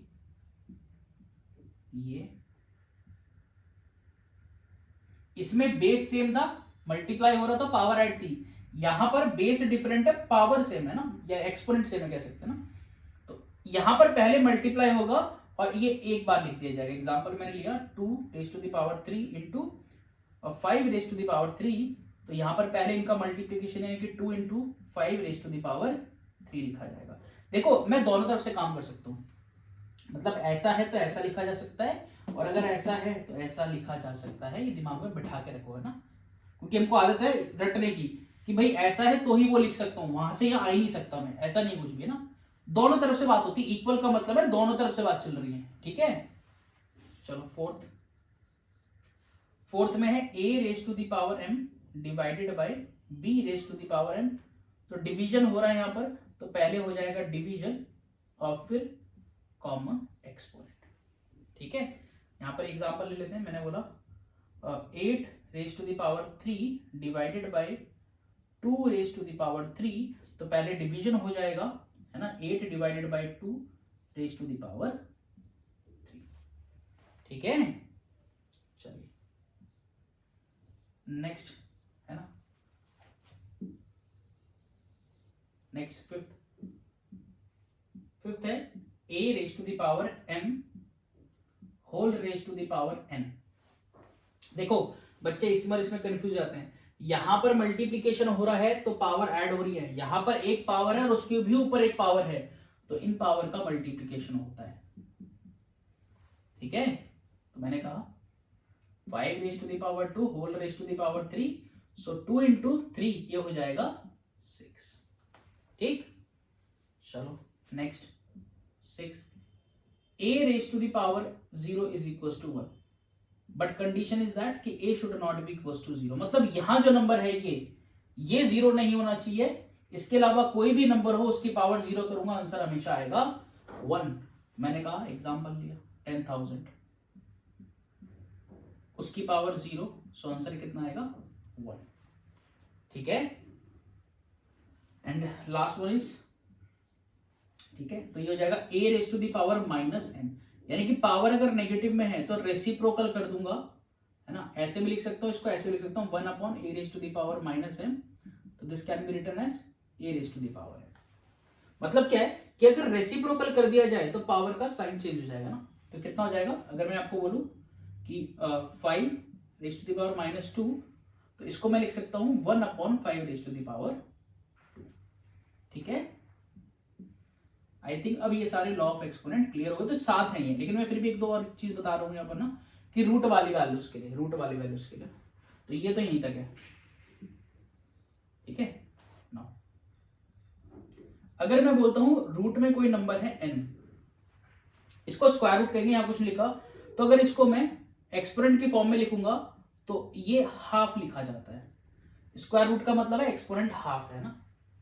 उसी तरीके से अगर ये लिखा हुआ है ना, देखो यहां पर वैल्यू 3 लिखी हुई है, दिस इज क्यूब रूट, है ना, दिस इज क्यूब रूट, तो इसको अगर लिखूंगा तो ये हो जाएगा n raise to the power 1/3, ठीक है। और फर्दर अगर मैं करूंगा इसको सॉल्व, सो अगर मैंने कहा ऐसे, दिस इज फोर्थ रूट, है ना, so power raise to the 1/4, on so on चलता रहेगा, फोर्थ रूट फिफ्थ रूट सबके लिए, यानी कि जो ये रूट है वही पावर, है ना, फ्रैक्शन में लिख दी जाएगी। क्लियर है बात बिल्कुल। तो यहाँ पर एक क्वेश्चन मैं बोलता हूँ, है ना, जैसे मैंने बोला 125 रेज टू दी पावर 1/3, ये सॉल्व करके बताइए कितना आंसर आएगा। तो आपको कैसे दिमाग चलाना है क्वेश्चनों के लिए, आपने देखा भैया यहाँ 3 लिखा है, आपको ढूंढना है ये जो नंबर है वो किसकी पावर 3 है, स्क्वायर क्यूब्स याद होने चाहिए तभी काम होगा इसमें।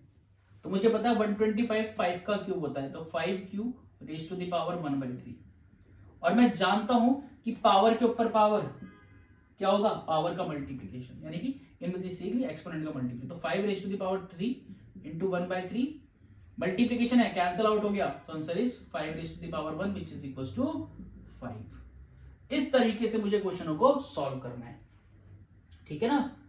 तो ये है हमारे पास फुल कॉन्सेप्ट कंप्लीटली इस चैप्टर में, और कुछ नहीं आएगा इसके अलावा, ठीक है ना। तो कॉन्सेप्चुअली मैंने सारा क्लियर कर दिया है। एक सेपरेट वीडियो रखेंगे, है ना, जिसके अंदर सिर्फ और सिर्फ डेडिकेटेड क्वेश्चनों को सॉल्व करेंगे। क्लियर है, ठीक है। बट फिर भी, है ना, अभी इसको नोट कर लो, उसके बाद 2-3 क्वेश्चन करते हैं और अपना ये पूरा चैप्टर क्लोज। चलो भाई कुछ क्वेश्चंस लिखे यहाँ पर ना मैंने। कह रहे कि 2/3√3 है, तो कह रहे रैशनलाइज करो। अभी क्या बताया मैंने कि भाई अगर सिंगल वैल्यू है तो जो रूट में है उसी को ऊपर नीचे मल्टीप्लाई कर लो। तो इसी को मैंने √3 ऊपर मल्टीप्लाई करा, √3 करा नीचे, तो ऊपर आएगा 2√3। देखो √3 में √3 मल्टीप्लाई 3 बन गया, और 3 में 3 मल्टीप्लाई बन गया 9। भाई √3 में √3 मल्टीप्लाई करेंगे, ये 3 बनेगा, 3 में 3 मल्टीप्लाई होकर 9 आ गया, ठीक है।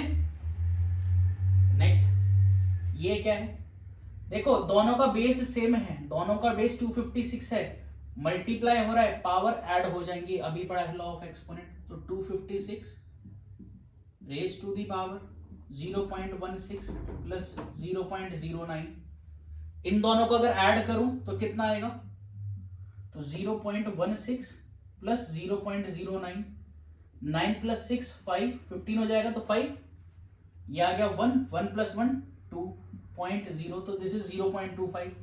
सो 256 रेज टू द पावर। अब देखो अगर इसको फ्रैक्शन में लिखूं तो पॉइंट हटाया नीचे आ गया 100, पॉइंट हटाया नीचे आ गया 100, 25 से डिवाइड कर दीजिए 1/4 हो जाएगा। सो यानी कि मैं इसको, इस पूरी वैल्यू को 1/4 लिख सकता हूं। तो 256 रेज टू द पावर 1/4। ऐसा क्यों कर लिया, नहीं भी करता तो भी काम हो जाता। देखो आपको बस ये देखना है कि ये नंबर, ये जो नंबर है वो किसकी पावर 4 आया है, तो या तो फैक्टर्स करके निकाल लीजिए, लेकिन याद होगा तो अच्छी बात है ना।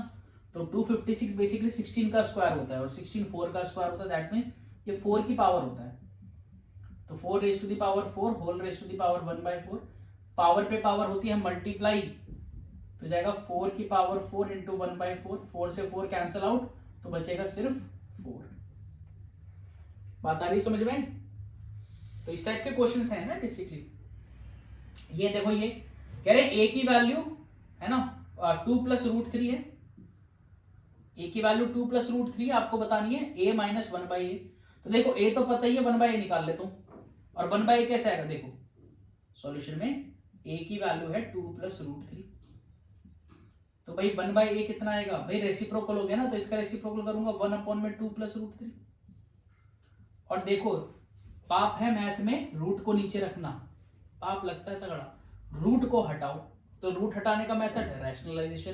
कैसे होगा, साइन बदल दो, 2 डिजिट है, दो वैल्यूज है ना, साइन बदल दो, तो जाएगा 2 माइनस √3, 2 माइनस √3, ठीक है। तो जाएगा 1/a, ऊपर तो होगा 2 माइनस √3, नीचे हमेशा a स्क्वायर, देखो a plus B into a minus B, तो a square minus B square, so 2 का स्क्वायर माइनस √3 का स्क्वायर। क्लियर बात बिल्कुल। सॉल्व करते हैं इसको। सो 1/a 2 माइनस √3, ठीक है। सॉल्व करूंगा, this will B 4 minus 3, but 2 का स्क्वायर 4, √3 का 3 कैंसिल कर दूंगा, 1 हो जाएगा। तो 1/a की वैल्यू आएगी इतनी। मुझे फाइंड करना था a माइनस 1/a, तो नाउ a माइनस 1/a की वैल्यू कितनी है 2 प्लस √3, तो 2 प्लस √3 माइनस करना है किसको, 1/, देखो ध्यान से 2 टर्म है ना और माइनस है, तो याद रखना हमेशा माइनस के बाद ब्रैकेट लगा देना, क्योंकि ये माइनस इन दोनों से मल्टीप्लाई हो रहा है। अगर ये ना लगाकर ऐसे लिख दिया तो ये गलत है, ठीक है। तो याद से ब्रैकेट लगा देंगे, क्यों, क्योंकि जब ये मल्टीप्लाई होगा, सो 2 प्लस √3 माइनस मल्टीप्लाई करूंगा तो माइनस का 2 बनेगा, और माइनस से ये वाला माइनस √3 प्लस बन जाएगा, 2 से 2 कैंसिल, 1 √3 1 √3, एक एप्पल मिलाकर 2 एप्पल, तो 2 √3। बात समझ में आई कि नहीं आई, इजी पीजी है। चलो नेक्स्ट आते हैं। देखो 1 का क्यूब है ना, 1 का क्यूब मतलब 1 3 टाइम्स मल्टीप्लाई हुआ खुद से, तो 1 इंटू 1 इंटू 1 1 बनेगा। 2 का क्यूब 2 इंटू 2 इंटू 2 8 होगा, और 3 का क्यूब 3 इंटू 3 इंटू 3 27 हो जाएगा, ठीक है। तो कितना आएगा ये, और इसकी पावर 1/2। देखो ऐड करो 27 और 1 28, 28 और 8 हो जाएगा 36, तो this will be 36 raise to the power 1/2। और 36 किसकी पावर 2 होता है? 6 की, 6 का स्क्वायर है 6 square raise to the power 1/2, power पे पावर मल्टीप्लाई, तो 6 raise to the power 2 into 1/2, 2 से 2 कैंसिल कर दीजिए, आंसर आ जाएगा 6। ठीक है, तो देखो कॉन्सेप्ट्स पता होने चाहिए, इसलिए ना तभी काम हो पाएगा। और इसीलिए मैं कह रहा हूं ना, इसीलिए मैं क्वेश्चंस की वीडियो एक सेपरेट रखूंगा। ऐसा नहीं कि इन क्वेश्चनों से काम हो जाएगा सारा, नहीं होने वाला। लेकिन ऐसा नहीं कि भाई मैं भागदौड़ी में भी करते रहे कि भाई एक ही वीडियो बनाना है, तो उसमें तो कॉन्सेप्ट भी नहीं समझ में आने वाले, ना क्वेश्चन होने वाले। तो कंप्लीटली कॉन्सेप्ट यहाँ खत्म है, उसके बाद एक कंप्लीट वीडियो जिस पर सिर्फ और सिर्फ क्वेश्चंस होंगे। तो कॉन्सेप्ट या क्वेश्चन नेक्स्ट। लेकिन यहाँ पर भी एक डिटेल में मैंने बता दिया कि भाई किस तरीके से इनको अप्लाई किया जाएगा। सो लास्ट करते हैं, देखो ये दिस इज व्हाट, देखो ए एक वैल्यू दो वैल्यू दोनों का समय स्क्वायर हो रहा है, identity a plus b whole square, वो क्या होती है? a का स्क्वायर यानी कि √5 का स्क्वायर, b स्क्वायर यानी कि √2 का स्क्वायर। भाई a square plus b square plus 2ab, और प्लस 2 a की जगह हो गया √5 और b की जगह हो गया √2। ठीक है, देखो मैंने कहा था कि रूट के ऊपर स्क्वायर है, जो अंदर वैल्यू होगी वही आ जाएगी, तो 5 आ गई। रूट के ऊपर स्क्वायर, अंदर जो वैल्यू वही आ गई। मैंने कहा था रूट में मल्टीप्लिकेशन कर दो, रहेगा रूट में 5 इंटू 2 10 बच जाएगा, तो 2 बाहर है ही √10, 5 प्लस 2 7, तो 7 प्लस 2 √10, दैट्स इट। बस यहीं तक छोड़ दूंगा। तो ये जितने भी कॉन्सेप्ट्स है मैंने सारे कंप्लीट करा दिए हैं ना। क्वेश्चंस और अच्छे लेवल के आते हैं, ऐसा नहीं है कि ये इस लेवल पर आएंगे, और बहुत बेटर लेवल के रहेंगे जिसमें मैं करवाऊंगा ना। तो एग्जाम्पलर और आरडी से रिलेटेड है ना, जो भी हमारे इंपॉर्टेंट क्वेश्चन बन सकते हैं, मैक्सिमम डिफिकल्टी बन सकती है, वो सारे क्वेश्चन कंप्लीट करेंगे इसकी क्वेश्चन वाली वीडियो में, है ना, जिसमें सिर्फ और सिर्फ क्वेश्चंस करने वाले हैं। कॉन्सेप्चुअली ये सारा पूरा कवर हो गया है, तो आई थिंक अब ये आपको समझ में आ गया होगा। तो आज की वीडियो में सिर्फ इतनी।